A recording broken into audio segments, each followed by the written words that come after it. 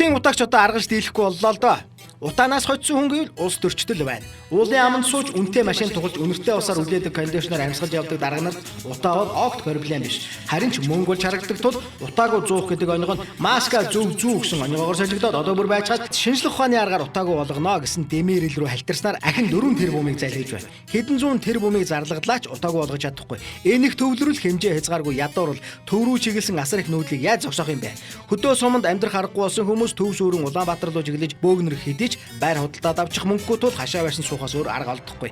Нэг хашаан дотроос хэдэн яндан хотыг утаж байна гэж бодож байна. Энэ жил хашаандаа ганцаараа байсан аль жилийн дараа 2-3 айлтай болдог гэх мэтээр багтаж шинкээрэл чигцэлдэж шинээр ирсэн хинэнж гисэн өрх тусгаарлах замаар тэр бүртээ нэг янд нэмэн. Өвөлдөө нүүрс бакри шиг ер нь юу л олдно түгээрээ галтна. Тийм болохоор утааг яаж аргас өгжлээд барахгүй хамгийн зөв арга нь хотоо зайчлах, яндангийнхаа тоог цөөлөх, хот руу төвлөрсөн нүүдлийг зогсоох. Яг шулуугүй хэлэхэд хотын гэр хорооллын тэн агсыг оюутан сурагчд болон тэднийг бараадж ирсэн иргэд хамаатнуудынх нь гозойлгосон яндангууд эзэлж байгаа.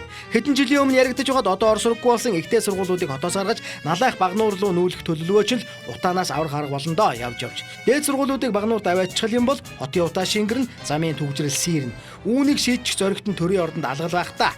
Яагаад гэвэл оюутнууд гэдэг бол асар том бизнес, сонгуулийн үед их асар олон зарцаа шүү дээ. Тэгэхээр утаанд мөнгө зарлагдаад нэмэр байна.